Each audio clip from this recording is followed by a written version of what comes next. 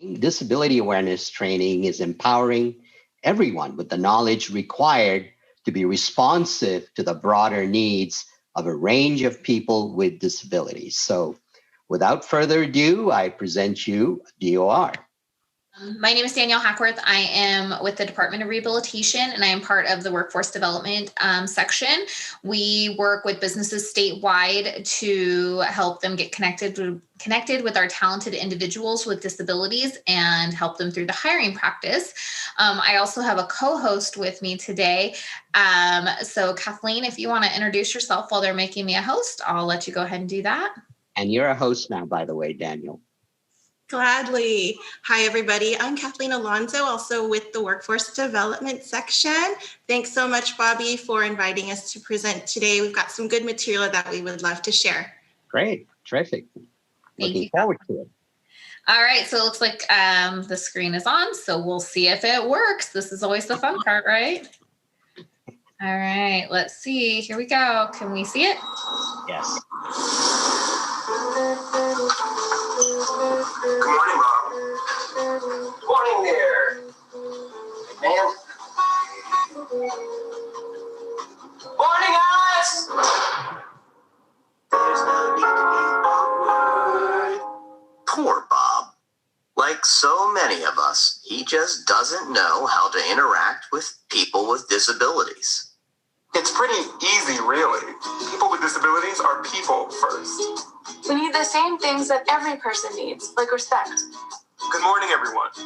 Attention! Okay. Maybe we need to be more specific. The easiest way to show respect is to focus on the person, not the disability. It's okay. You'll get the hang of it. One easy way to focus on the person is to watch the person signing and not their interpreter. Or their companion. It's really cool that you'd like to help, but do us both a favor and please ask me first. What you think might be helping, I got you. Wait, oh no, might actually not. If you'd like to offer me help, let me hold on to your elbow. Don't take mine. Hey, would you like to take my arm? Sure. Assistive devices help us to live our lives. They're really important and really personal.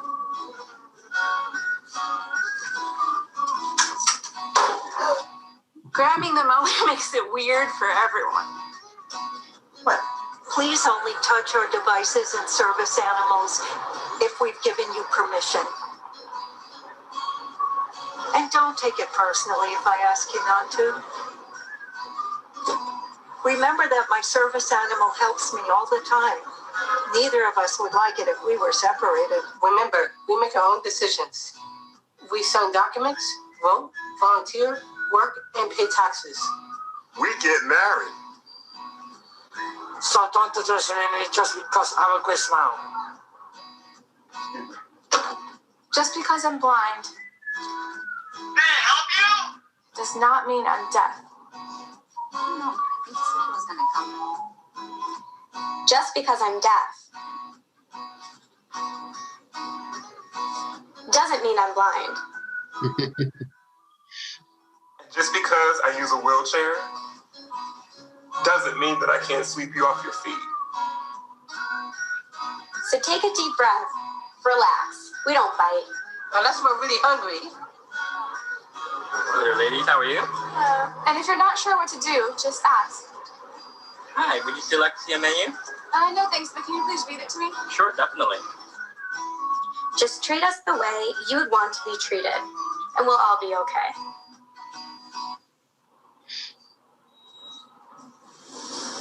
Good morning. Good morning. Morning, Alice. Morning. Awkward no more. Nice job, Bob. Go forth and be human. All right. Thank you so much. I hope you enjoyed our Awkward No More. Okay, so now let me get our PowerPoint up here and get it going. Okay. All right. So thank you so much, Bobby, for having us today. And like I said before, we are the workforce development section.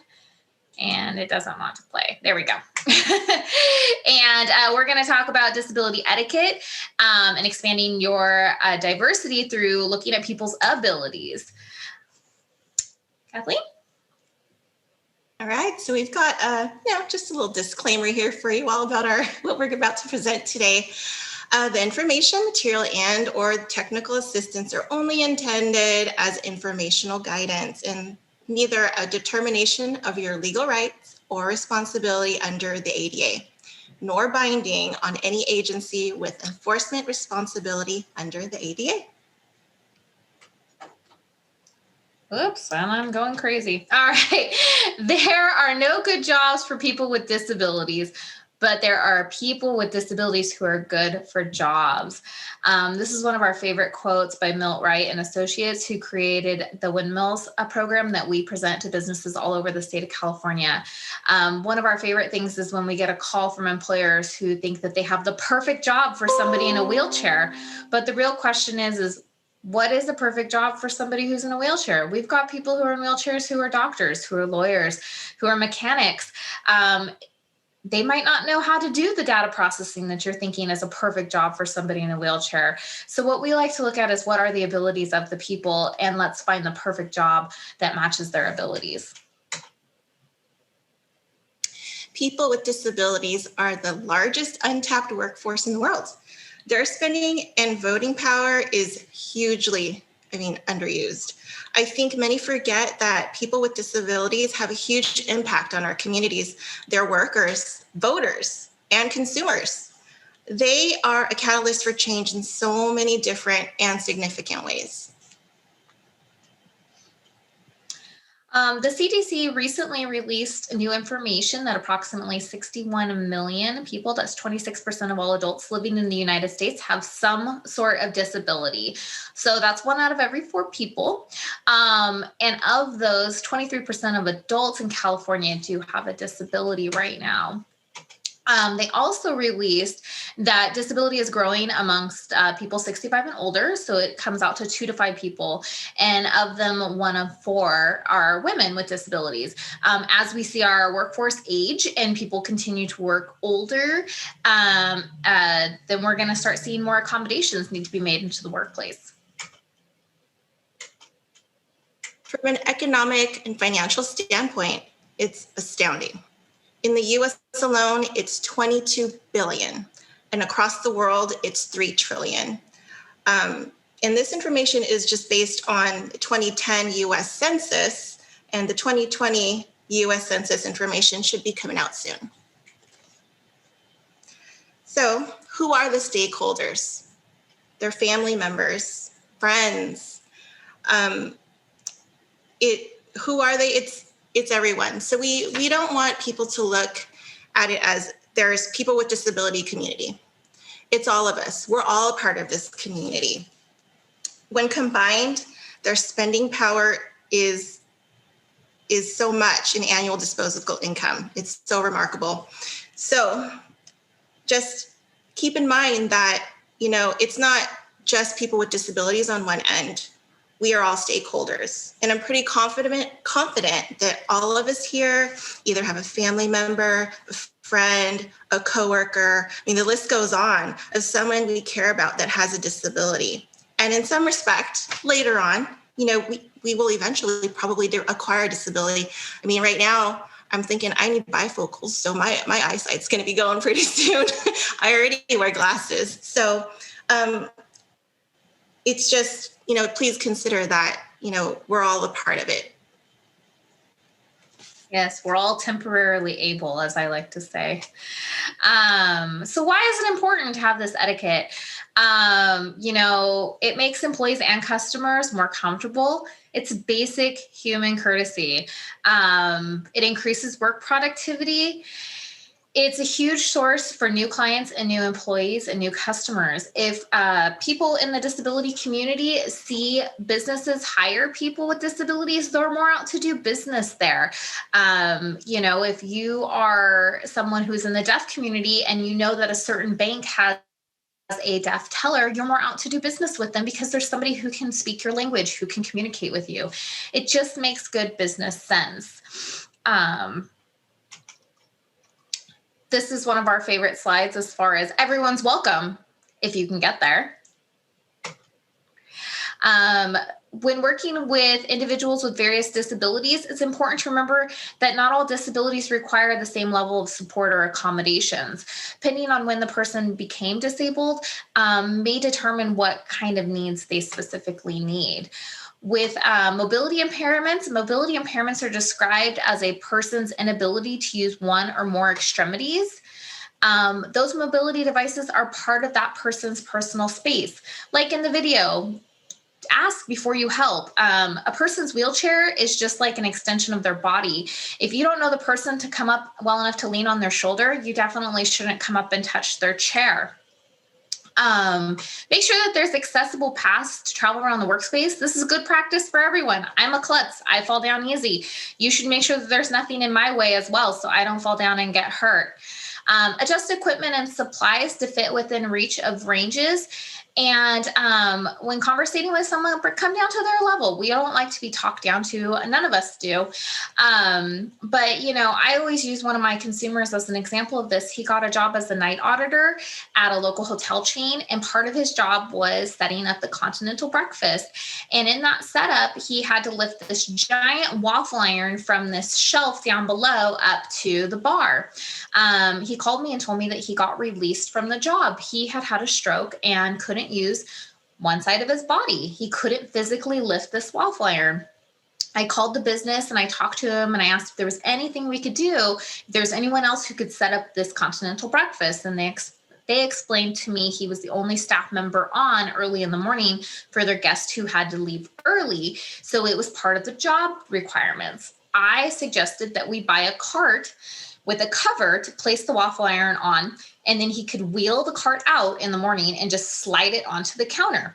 This made good business practice for everyone, not just my consumer, because lifting that heavy waffle iron, somebody's going to pull their back. Somebody's going to drop it on their toe. Somebody's going to get hurt. It was a $30 accommodation that worked super well, and he was able to keep his job and do it successfully. And we helped everyone with doing their job. Visual impairments and vision loss. So please keep in mind that visual impairments vary. Some suggestions are to give alternative formats for printed materials, such as large print, braille, or maybe an audio format. You can also tell the person who you are when you enter a room, such as, "Hey, Danielle, it's Kathleen," and ask if they would like help by offering your arm instead of just grabbing it. It's just common courtesy. I wouldn't appreciate somebody just grabbing my arm without asking permission, or if I wasn't comfortable with that person. It's also important to not only let them know who you are when you enter a room, but also tell them when you're leaving. And I'm awful at that. I do that all the time because I'm multitasking and I forget to tell people I'm leaving the room. It takes practice. And in new environments, also ask if they want a tour of the place so the person can get their bearings, especially like through a workplace. And it's good to inform them when changes have been made in the building or when things have been moved around, just also for safety precautions. So the next slide is just giving you different perspectives. So this is what a person with normal vision would see. And this is what potentially someone with glaucoma might be seeing. Someone with cataracts. And then there's diabetic retinopathy. And then myopia. So there's just different perspectives for everyone to kind of think about. Yes, definitely. So now some do's and don'ts from our deaf guy. To be deaf wise, do try to communicate with the deaf person by using facial expressions. Don't shout at the deaf person hoping they will hear you. People who are deaf and hard of hearing use different modes of communication. Sign language is just one. Some use lip reading, and there's also different types of sign language. So it's important to ask the individual their preferred mode of communication. always make sure you get their attention first so that they can make eye contact with you. COVID has caused some issues with the deaf community as far as mask. So maybe a face shield is something that is more, would be a reasonable accommodation if you're working with somebody who is deaf and hard of hearing, to make sure that your mouth isn't obstructed, because facial expressions are important in that communication. Speak directly to the person and maintain eye contact. Like in the video, it's just kind of human nature to want to look at the person who's talking to you, which may be the interpreter because they are speaking on behalf of the deaf person. But in reality, the deaf person is the person talking to you. So it's important to talk directly to them, maintain eye contact with them, and let them know that you are communicating with them. Use body language and your tone to convey your messages. Become comfortable with video relay services and emails. And consider teaching your team some basic sign language if that's the mode of communication they prefer. My favorite thing to talk about is cell phones. Cell phone texting is an accommodation that was placed on cell phones for the deaf and hard of hearing community to be able to use cell phones. It wasn't meant for our teenagers to use throughout the house and all day and through the night. This accommodation has made everyone's life easier by the ability to text, and that was specifically created for the deaf community. This is a great comment, just reminding you that lip reading can only be done if you can see someone's mouth. And this can also now be changed with the mask.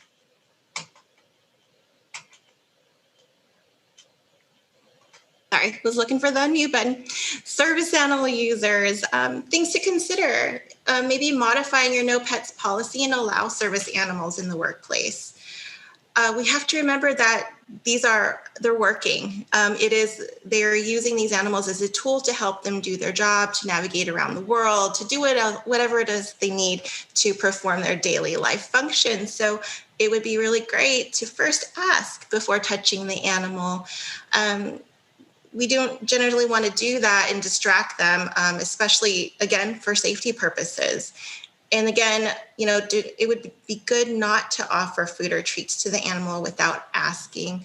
We actually have a couple of coworkers in my office who did have service animals, and we all loved the dog. And we would just ask, hey, is he on break? And then that was a time where we could play with the animal. So always be courteous about that. Speech difficulties. When working with someone who has a speech difficulty, make sure you give them your full attention.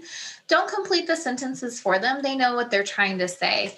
Ask them to repeat themselves. If they have speech difficulties, I guarantee you you're not the first person who struggled to understand them. So go ahead and ask so you can make sure that you are understanding them correctly.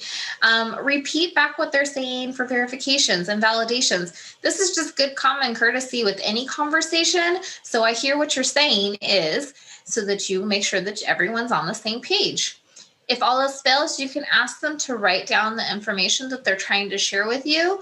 And it's always a good idea to move somewhere where there's less distractions, less noises, everything like that, so that you can have their full attention and they can have yours.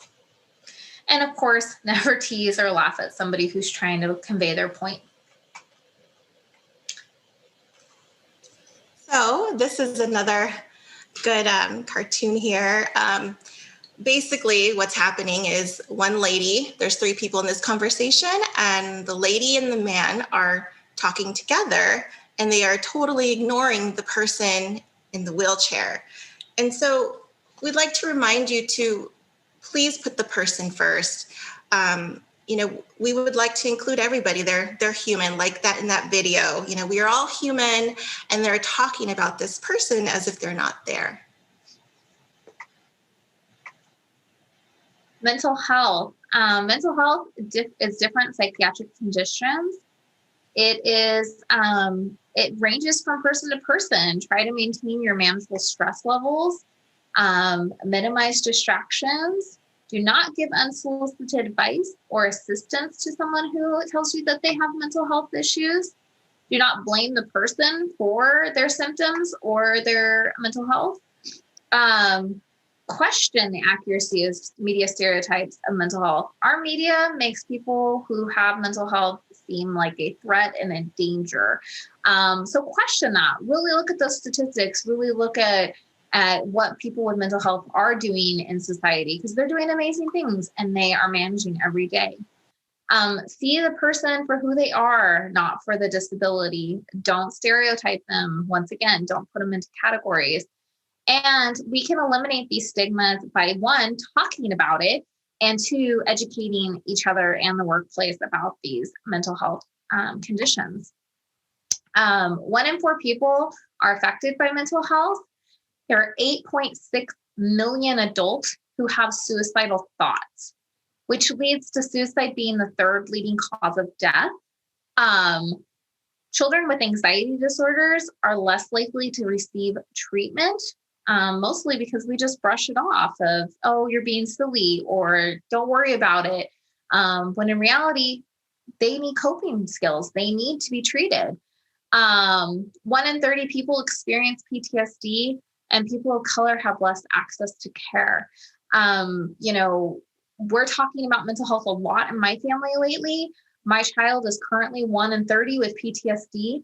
We live in Shasta County. The car fire ripped through our home 2 years ago, and we escaped a fire tornado. And that left some pretty serious PTSD in both my daughter and I's minds. More recently, more fires have broke out, and I had to go get her from school. She couldn't control herself. She was having extreme anxiety. She was sick to her stomach. Her headache was hurting, and she was overall scared. We're seeking professional help, or we're talking it through as a family, but we're really trying to figure out and work through this PTSD. Will she have it for the rest of her life? Possibly. Anytime a fire or she sees a plume of smoke, it's a very good possibility that she will. Can she work around it? Absolutely. She's a straight A student. She has a great personality. She copes really well, but it doesn't mean it's not there. Learning disabilities, it's not to say that if you have a learning disability, that you have a below average IQ. In fact, many of the people with learning disabilities are very intelligent. Allow extra time for the person to get their job done, or whatever it is that they need to get done. I would have to attest that my children are the best teacher of this. I have one child, 13, gets things pretty quickly, doesn't need a lot of follow-up.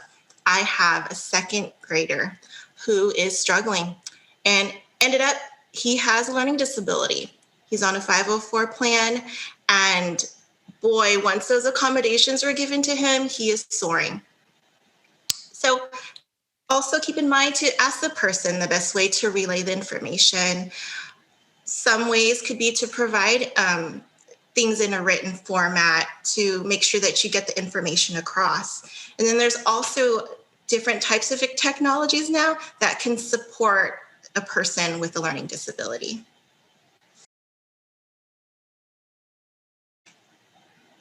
So here's an activity. I'd just like everybody to take a moment to try to read this sentence.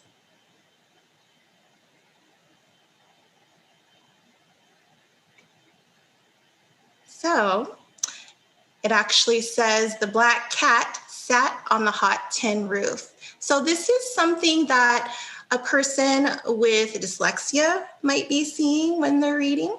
Just wanted to give you that perspective.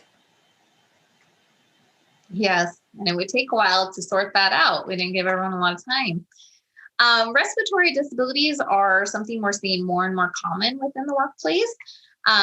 Especially with COVID, this is really something we should address in general. Maintaining good ventilation and indoor air quality. Of course, we should be enforcing the no smoking rules, making sure that there's no smoking right outside the doors. Those are all California state laws, but sometimes they're not followed as good as they should be. You could limit the use of strong fragrances and body care products. This could be detrimental for somebody doing their jobs. It could give them headaches. It could make it hard for them to breathe. So it's really important to respect that. More recently, we've had some state agencies contact us about people with food allergies and what that looks like in the workplace. a lot of schools are peanut free. As it is right now, you'll see signs everywhere that say peanut free zone because we want to protect our children. Well, these children are aging out of school and they're aging into the workforce, which means that our workforce now need to accommodate these adults who also have allergies. So the idea would be, this may need to be a peanut-free work zone to keep our coworkers safe. And the idea behind it is, if this was your child, you wouldn't want somebody bringing Reese's peanut butter cups into school that could possibly make your child, sick or even worse, die. You wouldn't want to do that to a coworker either. So it's about respect. It's about understanding the disability and understanding the severity of it, and finding ways that can work with everyone in that. Intellectual and developmental disabilities. People who have intellectual or developmental disabilities vary in severity and the type. This population is very near and dear to my heart. That's actually why I started a career working with people with disabilities. And it's so true. There are varying degrees. Some ways that would be helpful would be to use clear sentences and solid concepts. Again, I want to stress that the person comes first. If they are an adult, they love being treated as an adult and an individual, and they make their own decisions. Patience is key as well, such as allowing times for them to complete tasks and make their own decisions, alternative formats, and then just time to adjust with the change in environment. We want allies, and I think everyone on this call is already an ally.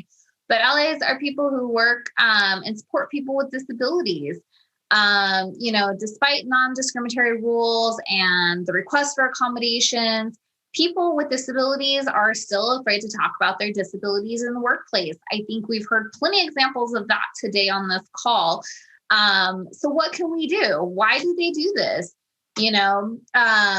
You got to advocate for full inclusion in the workplace. This is just better for everyone. Serve as that caring, empathetic listener to someone who has a disability. Try to understand what their needs are and what would make their job easier. Raise awareness, talk about it. It's important to support our fellow man. It's important to support our coworkers, whether it's something that's long-term or temporary. Just letting people know that, hey, I'm having a hard time right now, raises that awareness. I fell down and broke my arm in June. And boy, did I raise awareness that I was not typing at my normal speed or really doing my hair or anything like that. I would definitely not have been in camera in June because having a broken arm was not something that I was accustomed to. So my supervisor offered accommodation. She had our student help me type things up, and then I edited it. And it was really simple, and it was no cost to our business. And people with disabilities really want to do their best work. They want to be just like you and me. They want to be great at their jobs. They want to be successful. They don't want to be pitied, and they don't want to be looked down on. They want to succeed, which is why we at the Department of Rehab work to find that best fitting job for them. Be conscious of your language and how you speak about people with disabilities. Put the person first. I shared on Facebook earlier this week a great example of somebody trying to show light on kindness with people with disability, but they said the blind guy instead of the man who is blind. And so that's just an example. I could have ostracized them. I could have made them politically correct, but that wasn't the point of what they were trying to share on Facebook. They were trying to show human kindness.